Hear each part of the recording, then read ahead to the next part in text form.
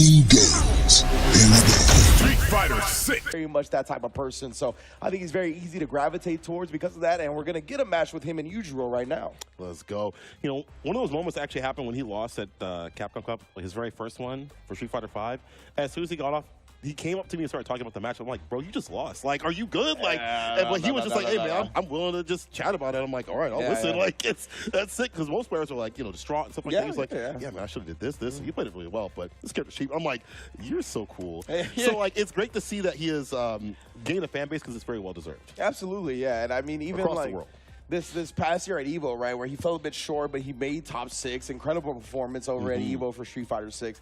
And, you know, you could tell that that was one of those losses where he was a bit distraught. And you hear what Big Bird had to say to him, right? Big Bird had talked about how he told him that this is one of 1,000 more tournaments you're going to play in, right? Of course. You can't let this get to you because you're going to enter more tournaments than you're going to even be able to remember. And you could tell he really took that to heart. He's a kid that wants to learn, that has an open mind. He's not just set in his ways. He's not trying to be stubborn or ignorant about it. He's very much open-minded. So it's dope to see people kind of send messages his way that are more experienced and them really hit home. That shows the maturation at an age so young that is beyond his years for sure. And that's one of those things where I feel like you see it in his play. Like, we see the level 2 combos actually be a real thing instead of just going for level 3 more consistently. He uses level 2 as like also a utility factor to invoke burnout.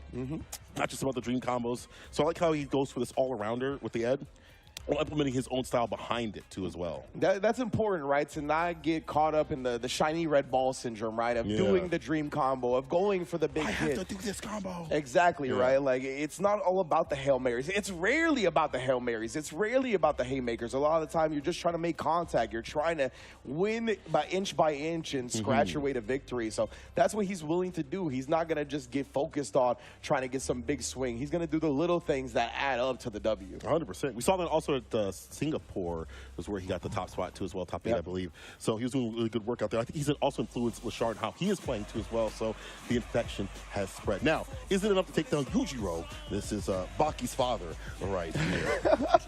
I'm a big Baki fan. Yeah, well trained. Oh, yeah. I never want to mess with somebody who raised Baki. Yeah, that's actually too beyond right there. That man created an earthquake by stomping. You got it, bro. You do that, I'm done. He stopped the harpoon with just his fingertips, I'm done. YUJIRO, though, I've seen him play JP for a while. He's definitely been one of those cats that stuck with the character. Even before the buffs have happened with him, just recently, the crouch fears, the forward heavy kick, he is like, I'm checking out, ride or die. And I mean, he's playing the character exactly how he should be, as far as I can tell early, which is putting out the departure. Oh, the drive impact! And then even responding to the first charge heavy of the match with a DI. He seems very ready for this matchup. Messes up his combo, but it's all a frame kill, fam. Oh, yeah.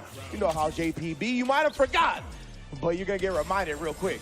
Perfect to start. And look at this. Ooh, interesting setup with the OD departure. Pressing back immediately. YUJIRO seems very well versed in this. Departure's out, locking the character down, departure again, interruption trade, resets with the flicker.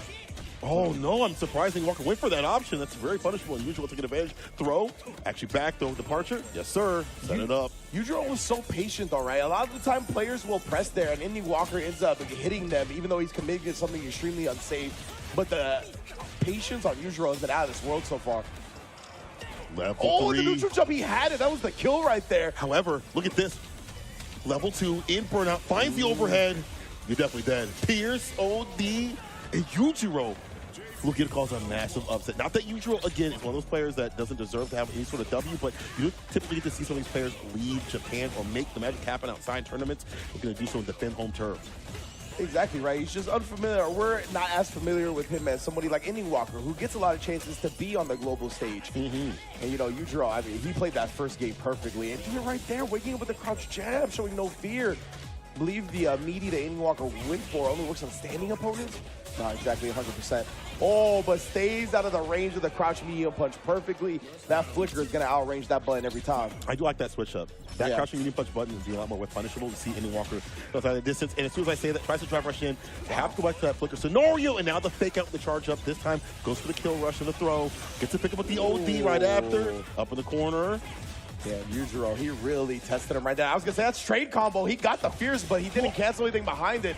Yeah, a little awkward at the moment, but Walker still cleans it up. We've heard so there's some issues. So looking like he's getting his sea legs. All right, that's how it's played here. All right, cool. Yeah, you know? Just adjusting. Goes out the medium, staggered ever so often. Yeah, looking now for a response from YUJIRO ever so often. Leaving these gaps to see what YUJIRO's going to do. Gain some data. We saw also meaty fireball, which we'll see it delete like a wake-up crouching light punch off the table if YUJIRO goes for it. Spark, no, it's a normal throw. Flicker, perfect parry. But how he's leaving himself outside the corner. Yeah, and YUJIRO, he doesn't look comfortable anymore. He looks like he's reacting to Ending Walker. He's playing Ending Walker's game now, and this is not where you want to be. He won the first game so convincingly, but this has turned completely opposite after. To switch up in terms of pacing, like there's layers that Ending Walker has that YUJIRO has not built up just yet. Perfect carry, OD fireball, up with the departure up. But you can't do that. You have to have the proper knockdown or the timing to do so. A lot of recovery. We're not be able to recover this next combo. If he lands a nice little level 2 up in this corner, he might be through. YUJIRO had so much success getting those departures out in the round 1, but now Ending Walker not giving him any of that space. He does cut off the snatcher attempt. This is big. Just gonna side switch here, no reset, nothing like that. Draining the drive instead. So wake up level 3 could be a thing. The back dash and the back throw. Oh, he's in. Yeah, the flicker. That's the end right there against YUJIRO. And Ending Walker switching it up, and that pacing switch was the flicker at the proper distance against the crouching medium punch or stand fierce headed.